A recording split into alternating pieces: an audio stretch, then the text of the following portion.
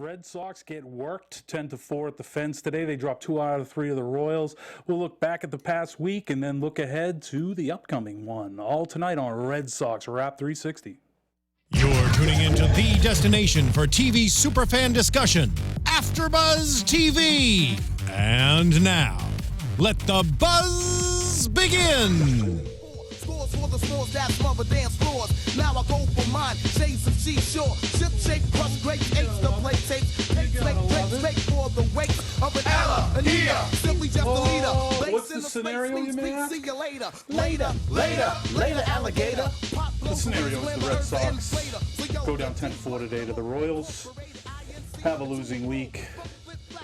But hey, they're still in playoff contention, leading the wild card.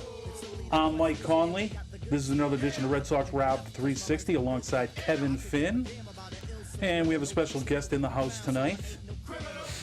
There he is. Actor, stuntman, former Schwartz Little Leaguer, Anthony Molinari. How you doing, Anthony? Doing good tonight. Good to have you, brother.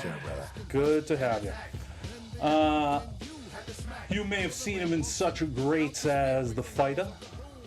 Yes. Waxing Old, of course. Black Mass, and in just what got released Friday, Hands of Stone. I'm so psyched this movie's coming out because I've thought you looked like Roberto Duran for a long while, you know, especially when you rock the chin strap. Yeah. You know, I think it's great. You know what I mean?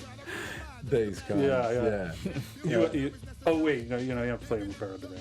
No, I'm not playing Roberto. I was his stunt double. Oh, nice. What about, were you really double shifting on this one?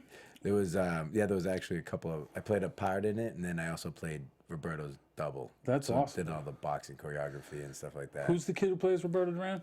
Edgar Ramirez. Right, okay. Yeah. Let's get Edgar Ramirez in here. Is he a Red Sox fan? No, I'm not. Screw him.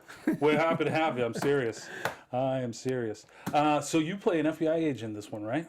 No, this one I play a Marine.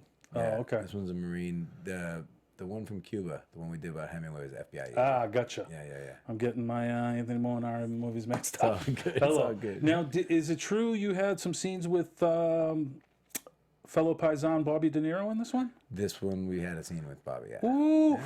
We'll see if it makes the cut. How do you prepare going into that? I would prepare probably with being like, oh my Lord, I have a scene with Bobby De Niro, and then I would pass out. How did you do it? You know what? You just kind of put your pants on the same way they do. That's so it. It's Robert is no, he was very approachable, really easygoing, down to earth. Nice. Yeah. And the good news is you were able to convert him to a Red Sox fan, so I think that's awesome. I know. Well done. Yeah, thank you. Well done. Yeah. So even though they dropped that one today, so the Royals have been red hot. Coming into this series, they won 15 out of 18, so now, boop, boop, boop. They have won 17 out of 21. So ever since that praying mantis came into their dugout, they have much like the rally monkey from the Angels 15 years ago. Yeah. They have this rally praying mantis. And they're 17-4 with this praying mantis. So I don't know, the Red Sox got to bring in a beekeeper or start throwing insects down in the dugout. I mean, whatever. What's going to get us off the start?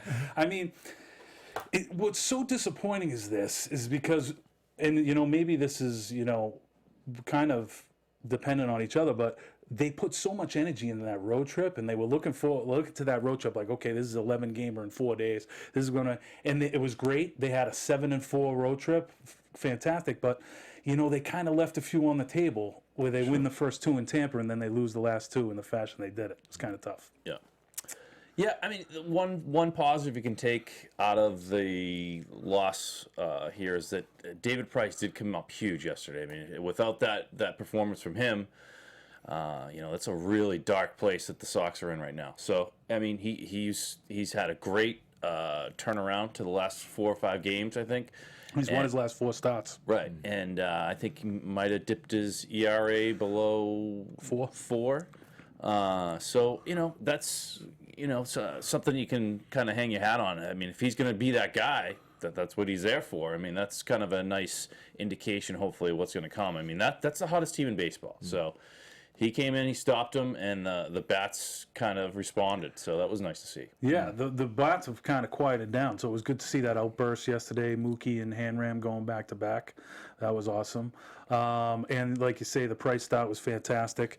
6 innings pitched, 2 runs, and it looks like he's turning that corner. So at the end of the year, maybe all that hullabaloo in the first half is all for naught, because he's going to wind up, high teens and wins, and like have an ERA in the low 3s. That's David Price. And I keep going back to, there's a lot of pressure coming in to Boston, signing that contract, first year, you're moving in.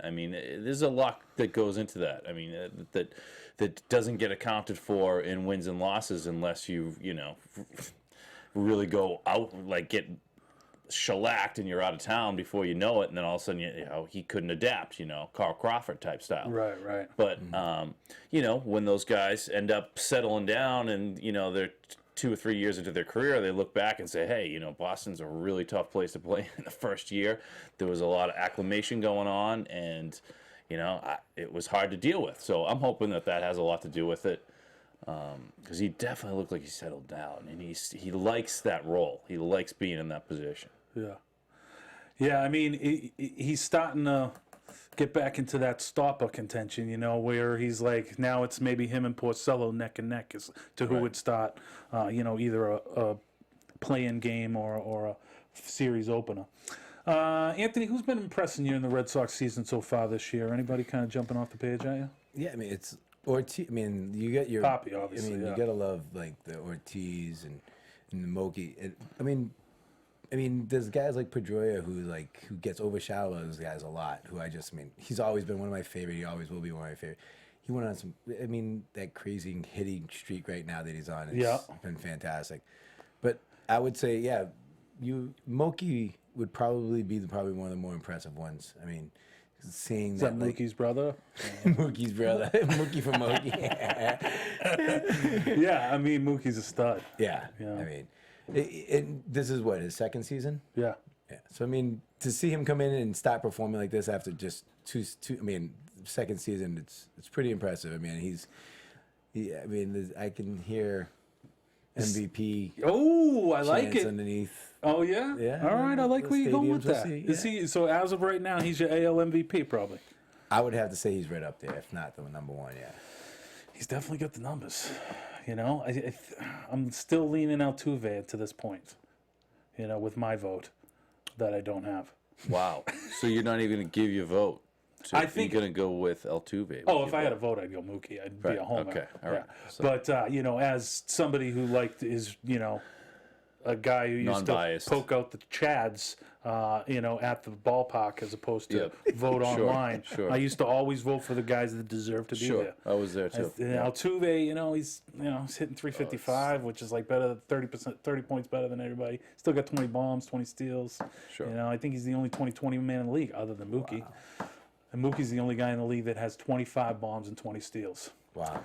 So he's the first Red Sox 20-20 guy since Ellsbury in 2011 maybe? Right. 2012. You mentioned Dustin Pedroia's hitting streak, sick. He hit in 11 straight at-bats. The Major League record is 12, last done by Walt Dropo back in 52. I know you had that one, Anthony. There was also a Red Sox that hit in 12 straight. I believe it was in 38. And if you know the answer to that, we'll tell you at the end of the show. But if you have it, do us a favor and tweet Kevin Finn with it at his Kevin F. Finn? Yes. At Kevin F. Finn. You can see it if you're watching on the lower third of Kevin's face, or at least early in the show you did. So hit him up with that. Let us know if you know the question. Otherwise, I'll give it to you then. So he's on that ridiculous hot streak. Boom, 11 hits. He's hitting over 450 since they moved him in the leadoff spot. Right. Dude is absolutely raking. Mm-hmm. He's was dismissed from the team today because he had a death in his family. His wife's father, passed away. Yeah. So, and they're saying he'll be with the team tomorrow night, maybe halfway through the game. Depending on when he gets it, because they didn't put him on the bereavement list. Because if you go on the bereavement list, it's a minimum of 3 games missing. So they decided not to do that. Apparently, he sent Farrell a tweet like, "Yeah, I'll be back enough to hit a game winner in the 9th. No big deal." And that's why we love that guy. That's why we love him. That's why we love him, because he's cocky and backs it up. Now, how much of this resurgence this Moncada, like the threat of Moncada and having to like, yeah, you better move him over because there is no conversation. There's no quarterback controversy. No. Like he is not going to give you a reason that you can bring up the stud. Doesn't matter if that kid hit 450 in Double A right now. It doesn't matter because I've been doing it and I've been here for this long, and there is no curtailing with my skill level. Yeah. There's got to be a little bit to that because he's coming up hopefully in September, and they've got him at third base and they moved him over. They moved him over, so obviously Dombrowski knows. It's like number 15's going nowhere. He responded in kind. To the output. It was like. So you think it was a little motivation from down on the farm? I do think that, like, every player needs different motivations. It was like, Roger Clemens, when he left, he needed that like disrespect from the Red Sox to go out and do what he did or whatever. And it was like. And a couple cycles of roids. And every once in a while, those players need that just, that, and not that Petey wakes up in the morning, eats a bowl of glass, I think, and then runs 4 miles, but it's the extra motivations that he wakes up with the automatic motivation, but it's like I think he's determined to kind of go out on his terms, or at least realizes he's going to leave and say, hey, he's going to make it as hard as possible for you to make that decision. Yeah, definitely. And after the glass breakfast and the run, he's still the first of the ballpark. You know after what I mean? all that, yeah, bloodied and everything, ready. I'm ready to hit. Yeah, stitch me up. Yeah. I'm ready. I did it again. I read an interesting article this week. I forget where it was, but of Dombrowski saying that he should work on his quickness or something this past off season because. If you kind of look at the advanced metrics defensively on Pedroia, it's kind of like he went down the last couple seasons. So, and now he's kind of back to being his, Golden Glove caliber self that we all expect from 0-1-5. So get back as soon as you can, man. Sorry for the loss, Dustin. Yes. Who's coming out of his funk, thankfully. Actually, before we move on for the Moncada talks. He's coming up, hopefully, right with the September call-ups. You got to think, which is cool. this week, And it's not like there's not a space open for him. I mean, Travis Shaw coming in today's game was 4 for his last 41. Mayor's, yeah. He's been on vacation. The mayor of Ding Dong City. Yeah. It's a great nickname. I like it. I wish the mayor would, hit a few more. Ding Dong City's a small place, so sometimes he's around, sometimes he's not. The population's about 12. It's been stuck on 12 for a while. Yeah. But oh man, the thing that really jumps out at me with this Red Sox team and why it's so great to follow them so religiously is that. This is like the most athletic team the Red Sox have ever had. That I ever remember seeing. It was I saw Chris Young beat out a infield thing today, and I was like, wow, it's like Chris Young, and he's what, 5th most athletic guy, and it's I was thinking of him transposed on some of the teams I cheered for growing up in the 80s and stuff. I was like, this guy would have been the most athletic guy on the team easily. It was until we got Ellis Burks, it was oh wow, fast people can play baseball. It was we never get them. And now it's all this guy. We got Petey's maybe going to steal 20 for the first time in a while. We got a 20-20 guy in Mookie.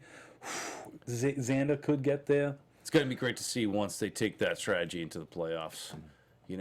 I don't remember a Red Sox team with this much speed going to the playoffs and really. It's got to be part of the strategy. They obviously they want to let the big guys hit, but there's so much speed on the base path that when we start getting into these 2-1 ball games, hopefully in the playoffs, that speed is going to be just tough to deal with. Yeah, and you would think that it just makes sense connecting the dots on that speed kills and all that stuff, and it never slumps. But they haven't been that good in one-run games this year, and on those low-scoring games, they're not that good. When they score under 4 runs, they're 10-34 or something, But they did pick up a couple wins on this latest trip under those circumstances. But hopefully we can chalk that up to youth a little bit, young team. Yeah. Maybe a little bit of gun shy. Maybe they're sitting back waiting for Poppy to do something. Maybe they're a little bit hesitant. But maybe Moncada can spice things up even a little bit more. That's one thing that the young players have not. They're not shy with this team. Yeah. And if he comes and gives another bolt to the offense that definitely could use a little jolt right now, that'd be interesting to see. They force more hands and see what Farrell can do with him. Now having to platoon him maybe through left field and third base. Mm-hmm. It reminds me a little bit of a jolt they got from a youngster third baseman back in 2013. Guy by the name of, you guessed it, Xander Bogaerts. I got to cut you off there. I think you were going to say Butch Hobson. But seriously, so Xander played third that year instead of short. It was unbelievable and very clutch in that playing good D and to the 2013 title, which we all cherish so much. So he could definitely give a little boost in that regard. And it's one thing if he's displacing a guy that's going good right now, but like I say, Travis Shaw not going too good, and Aaron Hill, yeah.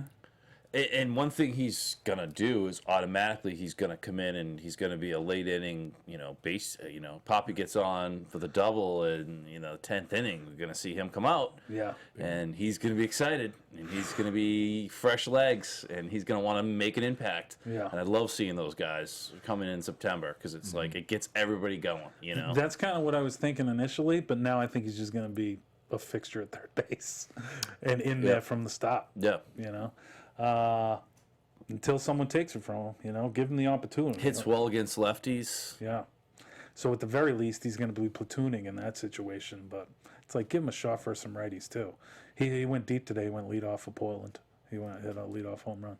This kid's the number 2 prospect in all of baseball. Cuban got a $31.5 million signing bonus from the Red Sox last year. Sick. Only 21 years old. The body's ready. Hopefully the mind is too, and he'll just get raking. Gotta love it. So Erod, it was good to see Erod back on the bump today. He was a little up and down. It was more like the bullpen let him down today. But it was good to see him at least healthy. That's his first start since he threw 4 no-hit innings back in Baltimore before that hamstring came up. He looked great. That was tough to see because I was watching that game when he went out, and it was just really strange to see. Well, not strange, but it was tough to see. And it was the best he's looked in a Red Sox uniform. Man. And that's a tough lineup too. Yeah, he was dealing that day. Very much. Yeah. So I mean, they have to be smart with him. If that hamstring hasn't healed up, then we do have that option, Mr. Clay Buchholz, who pitched very well in his last start. And like since they put him into that bullpen role, he's been kind of that bouncing back and forth between spot starter and playoff guy. I know this is a long-time Red Sox. You like the long-time Red Sox guys. Is this guy better in the bullpen, or are we going to see him be a starter in the rotation before the end of the season? Why wouldn't you start him? Well, he got rocked. He was in the starting rotation earlier this year. And, other guys are pitching better than him right now. So right now our starting rotation is Price, who's pitching better than him. Porcello's pitching better than him. Stephen Wright, who's an all-star, the knuckleballer, pitching better than him. And Pomerantz. And, by the way, another guy who you're probably going to see part of the September call-up, Joe Kelly. Who, if he's given the opportunity to start, which who knows what happens, with timing and injuries and, this time of year. I mean, he could make an impact, and he could be, potentially a problem for Buchholz as far as trying to get that spot. I think Buchholz would have to have a collapse in order for Kelly to leapfrog him, because I think right now, especially with He's put in work. Buchholz has put in work. Yeah, and when they put Kelly down as a Pawtucket, they made him into a reliever, thinking that he was going to be a reliever coming up. So I don't think we'll see him start, until 2017 if he is going to go back to starting at all. But he's going to come back up, probably. No question. He'll be with the first call up.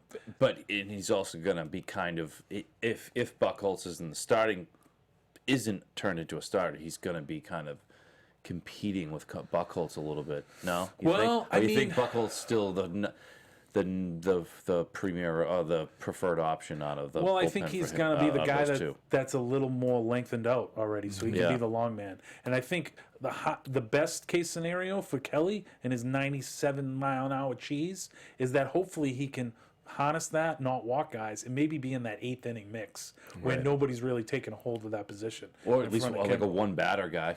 Yeah, Maybe. I mean, you'd like to see him. More You know, than I'm that. saying high point. You know, ceiling for him would be great if he could emerge as a lockdown 8th inning guy, because nobody's really taking that role and run with it. You know, and Matt Bonds, like Tozawa, who was the 8th inning guy, you know, past 4 years, he looks out of gas like Yeah. he has the past 2 seasons at this time.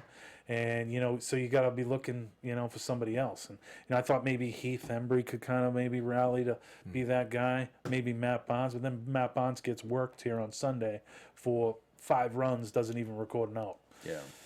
So you know, we talk a lot about the facets on the baseball team: starting pitching, bullpen, and hitting. You know, and it's like this Red Sox team. They just can't seem to get them all going at All at once. the same time. And you know, while that is discouraging, it's also encouraging because maybe when they put that all together, it's like midway through September, Right. and they can keep that rolling when it counts. You know, so. What do you want to talk about, buddy? Who's your favorite Red Sox of all time? Dewey Evans. Yes. Love that. And I'm glad you bring up Dewey Evans, okay?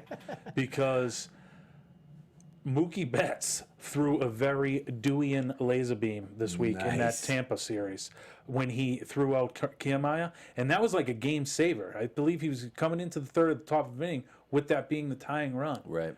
And Kiermaier is no slow dude. Nope. You know, he's probably one of the 10 fastest guys in the American Had League. to be a perfect throw. Had to be. And it was a laser beam. I mean, hang your wash on that line. You know? It's like it was Dirty underwear. going over Yeah. like Petey's you know, head. He's like hanging up some socks.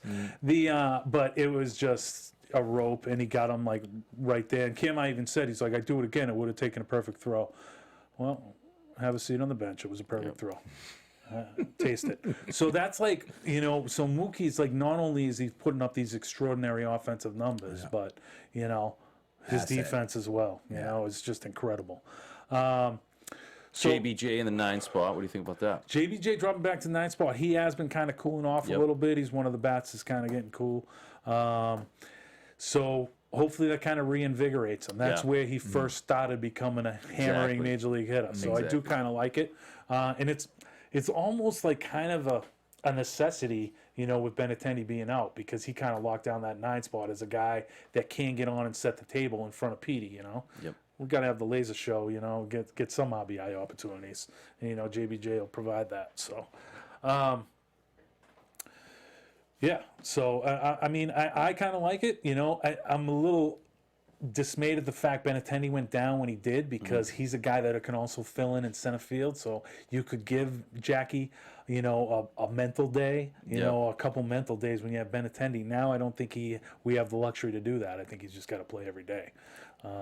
But the news is good on Benintendi. They had a second MRI, and they've done a bunch of tests, and there's no structural damage. It's still a sprain. And it is the knee and not the ankle, because when they showed the replay, it was rolling his ankle, but it was the knee that really took the brunt of it, because it was. Yeah, but if you look at it, it's like the ankle rolls, but I think that kind of takes your attention because the knee kind of hyperextends. He hyperextended, Yeah. and then he like jackknifed it. Yeah, it kind of bends the wrong way, you know. Yeah. You know, stranger to a hyperextended knee, being in the business you're in. No fun, no fun. Yeah. Yeah. Matty Damon do all his own stunts here on this Great Wall, or what's the deal? You coming back healthy after the gosh. trip?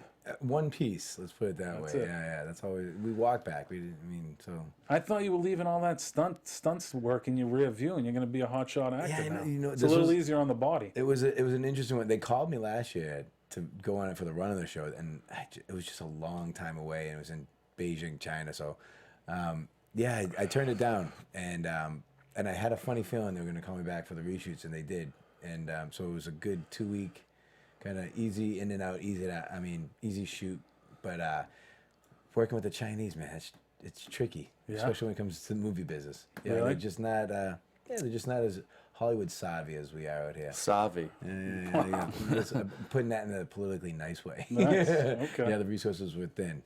Yeah, But it was because you good. speak fluent Cantonese, Oh, so yeah, I would have thought it absolutely, would have been smooth as silk. Traditional Cantonese, yeah. You know, Shay. that's odd. But yeah, I imagine there's some. So what do you do? Does everybody walk around with a translator? No, everyone had a translator.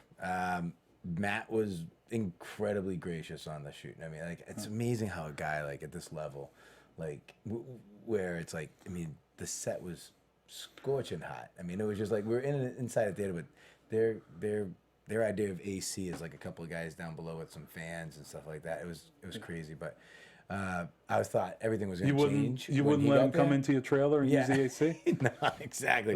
The only way it goes off limits for him. But yeah, no, great guy. It was fun to work with Matt. He was very, very professional, stuff like that. Obviously, a huge Boston fan. That was actually the only thing we ever talked. Hence the grace. Yeah. I think everybody's grace, kind of goes up 20% when they're a Red Sox fan. Yeah. I like to think so, anyway. Yeah. But yeah, he was great, man. He was great to work with. That's he was a lot of fun. Action film. You know what I mean? It should be interesting. It should be So a exciting. lot of work for you. Yeah, real lot. Yeah. It's good to see you came back in one piece, bro. Yeah, and it happens that way, hopefully, all the time. We love to have you here on this. This is probably going to be a program that's seen by a lot more eyes than this Great Wall movie you're talking about. So you got to be psyched. The playoffs are back in Boston. You got to love it. Right now, the Sox are first in the wild card division.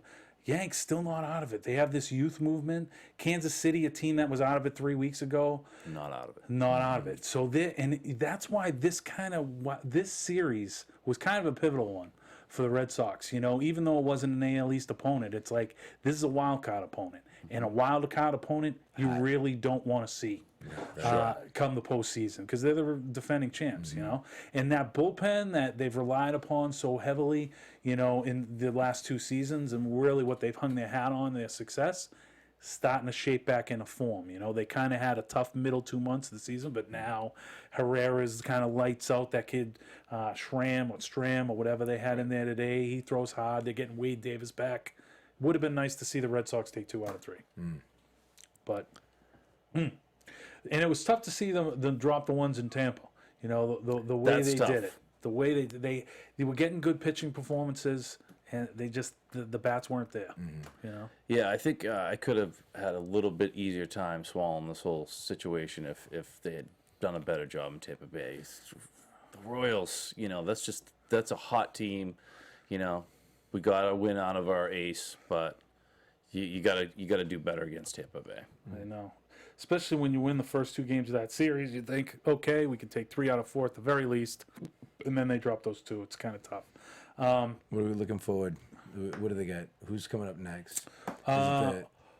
We'll hit that up in just a second. But one guy I just want to throw out some props to, Pomerantz, is making some strides. His last 3 starts, he's been sick, and oddly enough, and I don't know if this goes hand in hand, all 3 starts caught by Brian Holiday. So I don't know if these guys are kind of, getting a little chemistry going, getting on a run, much like kind of the Buckholz-Leone marriage from the end of the year last year. Yep. And hopefully, this kid's curveball is ridiculous. His last start, I think he had 20 swing and misses, So he's really rounding into form. If we can get Erod there. This has been, I know the knock everybody has been having on the Red Sox this year has been the starting pitching, but really in August it's been kind of a strength and one of the better staffs in baseball. It has, and unfortunately, it's like you said before, they just haven't. It's like one thing goes down, the other goes up.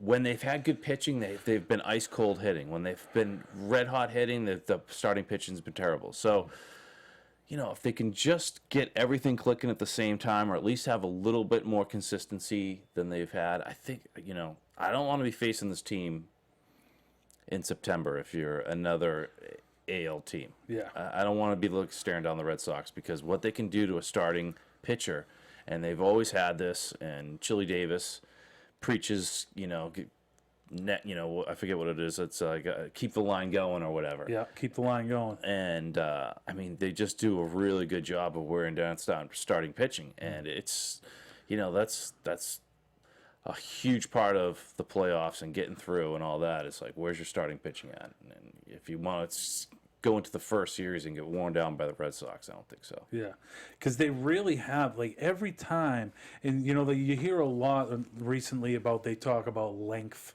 In like a lineup, and a lineup has length. And that just means you have every single guy in that lineup is a guy that has good command of the strike zone and is gonna, get, work it into a hitter's Give it a count. good bat. Yeah. And I heard an interesting stat today about your boy Mookie, and when he's ahead in the count, he's hitting .514. Yeah.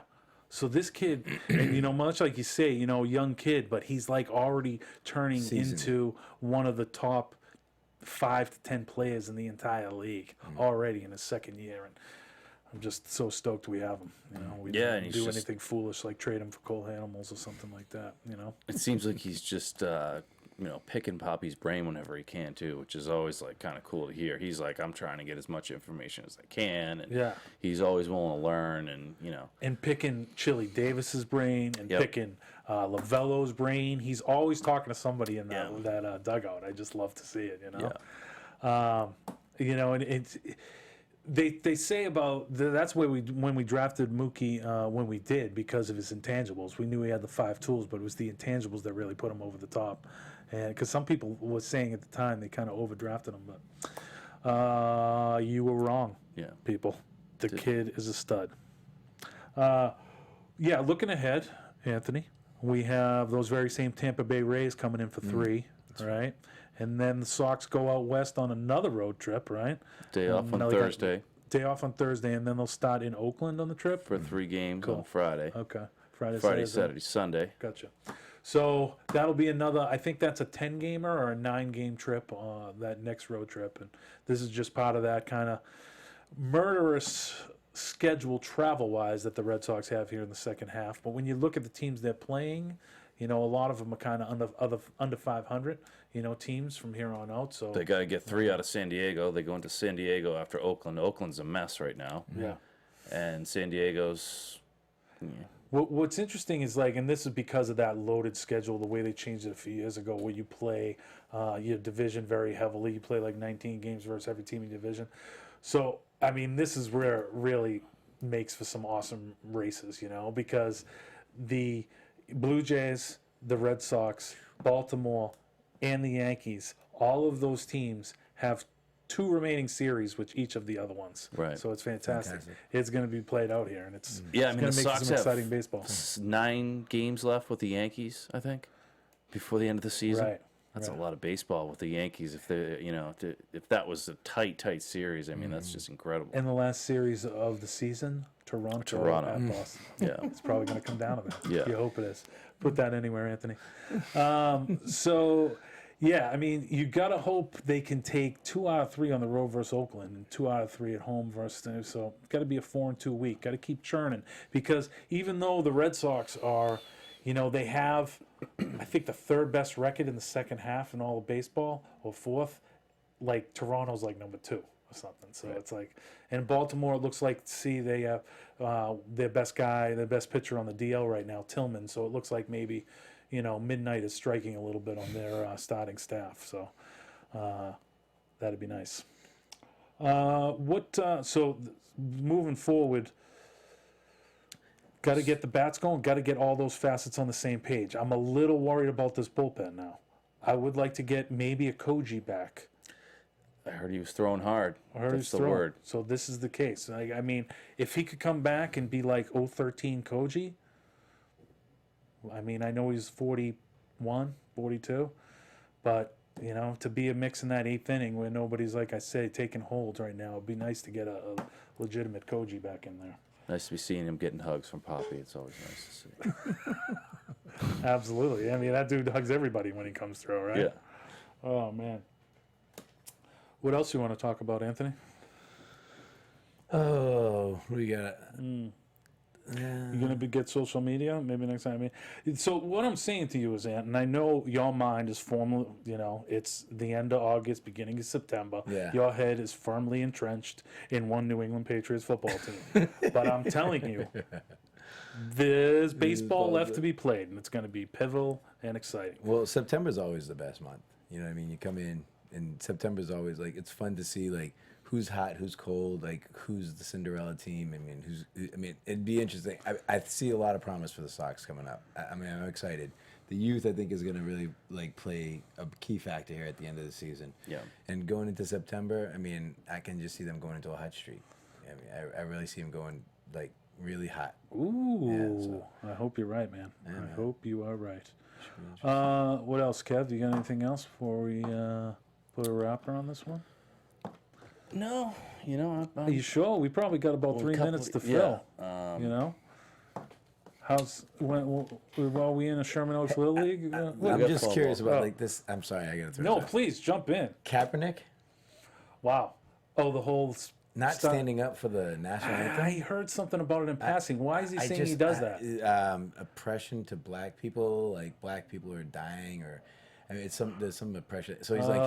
So it's he a Black can't- Lives Matter thing. I think it's a matter of like, there's something that's not being acknowledged, and I'm gonna sit while the national anthem is being played from now on, until it's acknowledged. I mean, It's just save the like. To me, it was just a little. I mean, I thought it was even more non-patriotic to sit. I mean, considering that like, how many African Americans have like fought for America? I mean, it's just it was a bizarre way to get your message across. Is the way I think when Carmelo and LeBron made that call for action, I think they were talking to the elite athletes of each of the sports. So, Colin, take this as some free advice. Get back to the player you were a few years ago, and then start the social statements. Yeah. Okay? Yeah. Because right now you're rubbish, and Blaine Gabbert could actually start over you. Okay? So take a look in the mirror, maybe start having some glass breakfasts, and then you can make your social statement. Take a note from Petey. You know, he's been having some glass breakfasts. Tom Brady looks thin. Does he not look thin this year? I mean, he looks really. I mean, he's really taken that diet to the next level, because he looks like, obviously strong and not like unhealthy or whatever, but he does look as thin as I remember him looking in recent years. His wife's got him on that. He's only eating like kale and blueberries the entire year. Avocado ice cream. Hey, if you're gonna play to your mid-40s in the NFL, I have no problem with it. no, I have no problem with it. I don't have to do the diet. He looks great. I mean, I'd take a little pause if, like, in order for Tom Brady to play in the 40s, every fan had to adopt that diet. I might be like, how about 42, Tom? Let's get Jacoby Brissett ready. It was good to see him out there the other night, though. Yeah. And that first ball he throws is an absolute rope. Zip. To Dobson. Yeah. It's obviously right between the numbers because Dobson can't catch anything with his hands. Oh, man. I'm surprised he's still around. I got to be honest with you. Me too. Shocking. Yeah. And I thought he was going to be good. He made like one of the best catches I've ever seen in college. Yeah, you thought he was going to be great, but then, like, since then, the fact that he's still hung around is always kind of strange to me. You know what I mean? Like, I would almost like, hey, they got rid of Nate Washington, but like a guy like that, I could have seen come up and just like maybe gotten that guy cut at some point. But he's always kind of hung around. He just must have. I think he's just got awesome skills, but he can just because he gets hurt a lot, and I think he must make great plays in practice, but just can't really keep it all together. Yeah. Obviously, fans, we are feeding to talk about some football, and we will do that in earnest come September 7th, where we'll have our first episode of Patriots Wrap 360. So we'll be back on you then, so circle that on your calendars for that. We'll be talking about all the offseason moves for the Pats and the preseason and looking ahead to the first game. So that'll be coming up on September 7th. And as far as Red Sox Wrap 360, we were on a little late this week because they were the late game, but next week we'll be back at our normal time, 11 Eastern, 8 Pacific, Sunny innings, if you want to tune into us live. Hopefully the Sox will be completing a sweep of the San Diego Padres on September 7th. Ooh, I like that. That would be very nice. Vaulting them into first place in the AL East. Setting up for a weekend matchup with the Toronto Blue Jays. September 9th, 10th, and 11th. Yeah. Well, we won't get too ahead of ourselves because we'll have some programs of this very program between now and then. Thank you guys all for tuning in for us. We always appreciate it. You know where to find us here at AfterBuzz TV. For Kevin Finn and Anthony Molinari, I'm Mike Conley. Thanks, guys. Go Sox. Go Sox. From executive producers Maria Menounos, Kevin Undergaro, Phil Svitek, and the entire AfterBuzz TV staff, we would like to thank you for listening to the AfterBuzz TV network. To watch or listen to other after shows and post comments or questions, be sure to visit AfterBuzzTV.com. I'm Sir Richard Wentworth, and this has been a presentation of AfterBuzz TV. Buzz you later. The views expressed herein are those of the hosts only and do not necessarily reflect the views of AfterBuzz TV or its owners or principals.